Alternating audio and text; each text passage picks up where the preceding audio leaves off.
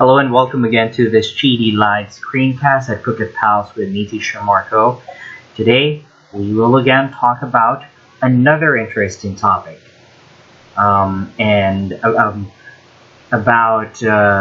apostrophe and possessive nouns. And this is the 10th part of this series that I am making about testing basic English usage. We still have, I think, around 2 or 3 topics under this series.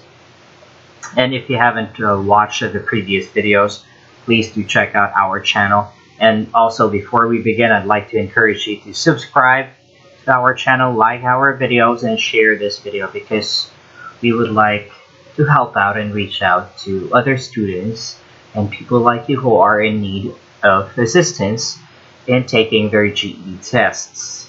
Okay, let's begin. So, like what I mentioned a while back, I am making this series, and I have made 9 screencasts about the topics presented on this slide. We are already on this part, so yeah, we still have 2 remaining parts. And today, we will talk about apostrophes and possessive nouns. We will talk about the basic rules, and also we will touch the concept of plural possessives.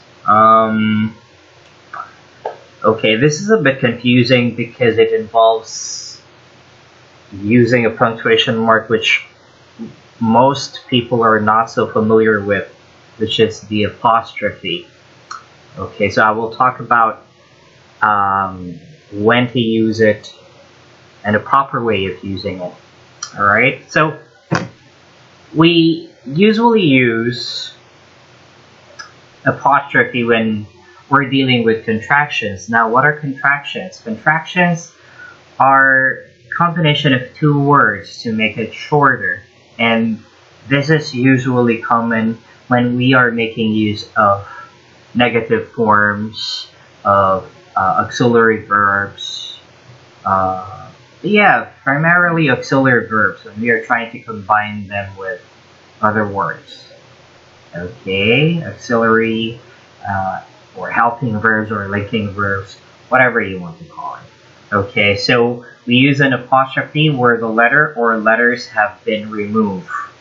Okay, for example, here. Alright, doesn't. So the missing letter here is does not. So we put the apostrophe where the letters have been removed. Okay, where O usually is located. So we place the apostrophe there. Wouldn't. So we put the apostrophe there. Okay, it's inappropriate or incorrect to put the apostrophe after the word does. Okay, so the technique is locate where the letter was, where a missing letter was supposed to be, and then that's where you have to place your apostrophe. Okay, alright, now you might ask me, what about you? There are 2 letters. Well, of course, you put it in between. You can place it where H and A are supposed to be placed. Of course, you only need to put 1 apostrophe, even though there are 2 letters that are missing. Okay. Also, we use apostrophe to show possession. What do we mean by possession? Ownership. Okay. If you want to show that someone owns something, then that is called possession. So we use an apostrophe to show possession. With a singular noun, though, we add an apostrophe. With a singular noun, you have to add an apostrophe and a letter S. So sorry, I had a typo here. So you have to add an apostrophe and a letter S. Okay, all right. So the man's shirt. Okay. So, singular noun. Of course, a man is a singular noun. And we want to show that this man owns this shirt. So what do? We put an apostrophe and an S. The manager's check. We have one manager here, and he owns the check. Mr. Taylor's house. So Mr. Taylor is the owner of the house, so we put an apostrophe S to show possession. Okay? Now, here's the confusing part. Many common nouns end in the letter S. So do a lot of proper nouns. Okay? It's how they are spelled. So we have many rules. We have many grammar books telling conflicting theories about how to show possession when using these nouns. Now my answer to you is there isn't a specific right answer. What you have to do is just to be consistent with what you choose. When you're writing an essay, make sure that when you're showing possession of this proper nouns and common nouns with letter S at the end, you have to be consistent on what technique or how you show possession. So I'm going to show you some techniques or theories. So you can add an apostrophe S to everything. Jones. Alright, Jones apostrophe S. Hastings apostrophe S. Class apostrophe S. While that's a common thing that you can do, another option is to add only an apostrophe after proper nouns and an apostrophe plus S after common nouns. That's also one thing that you can do. Boss, truck. The boss here is not a proper noun, so we put an apostrophe S. While Jones is a proper noun because it's the last name of the person, so we just put an apostrophe, no need to put an S. The hippopotamus, food. Okay, so of course this is a common noun. The Texas weather. Of course, we only have one Texas, one state. Okay. Alright, so if two people own the same item, put apostrophe plus S after the second name. So, for example, Alex and Miranda are husband and wife and they own this home or house. So you can just add an apostrophe S after the second name, which is Miranda. Alex and Miranda's home. In cases of separate possession, use the possessive form for both. For example, Alex has his own home and Miranda has his own house as well.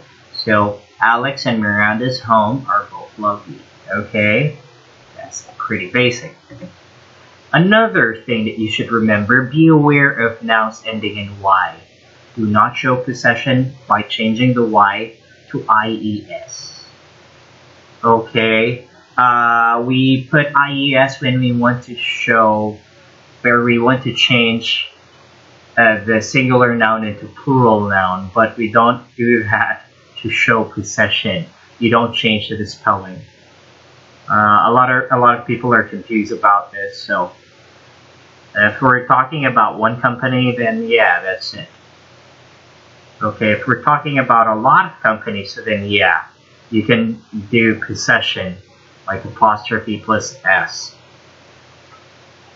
Okay. Be aware of false possessives, which occur with the nouns ending in S. Don't add apostrophes to noun-derived adjectives ending in S. Pay close attention, and it will be helpful. So read properly and, try to understand. Like, for example, I enjoy New Orleans cuisine. Actually, New Orleans cannot own a cuisine. It's impossible for that to happen because a cuisine is not a property. Okay, so New Orleans is a noun-derived adjective describing the cuisine. labeling the cuisine, so we don't need an apostrophe there. Okay? Regular nouns affirm their plural by adding s or es. Of course, we mentioned that with the companies. To show plural possession, simply add an apostrophe after the s. So, yeah, if it's plural, you just have to put an apostrophe. However, we have an earlier example. Okay, you still have to remember if it's a common noun or a proper noun. But this one is plural now, so we just have to put an apostrophe after the s. Okay? Alright, now if it's singular common noun, that's where you have to put an apostrophe in s. Like here. Right, yeah, there you go. It's a common noun. And it's singular. It's a common noun and it's singular. Okay? Alright, so there you go. Guys' night out, 2 actress rows. Irregular nouns become plural by changing the spelling. It's helpful to write the whole irregular plural noun out before adding an apostrophe or an apostrophe plus s. The teeth's roots is actually wrong. The correct one is the teeth apostrophe s roots, because it's an irregular plural noun. It's the plural form is actually teeth. The singular form is actually tooth, right? So take note of that. Remember the base form of the irregular plural noun. Do not use apostrophe plus s to make regular noun plural, of course. For many young learners, they are still confused about this, but this is a common knowledge.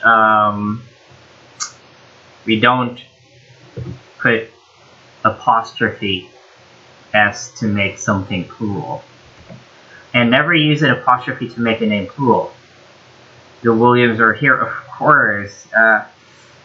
We're talking about a family here, and if we want to make them plural, then we just add an s. We don't need to put an apostrophe s. Okay. So those are the confusing things that I want to emphasize to all of my students who are taking the third GED test. You have to have a keen eye in looking for these confusing concepts.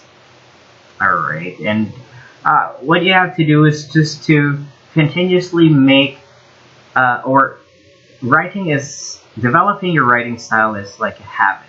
So as long as you correct yourself from time to time and be aware of this theories that I mentioned to you, and in due time, I'm pretty sure you will be able to master it.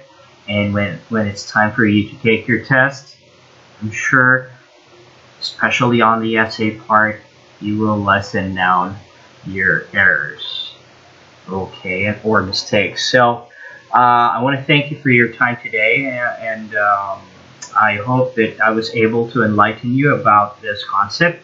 If you want to know more about Phuket Pals and what we do, please do visit our website, that's phuketpals.org, or check out our Facebook page, that's facebook.com/PhuketPals.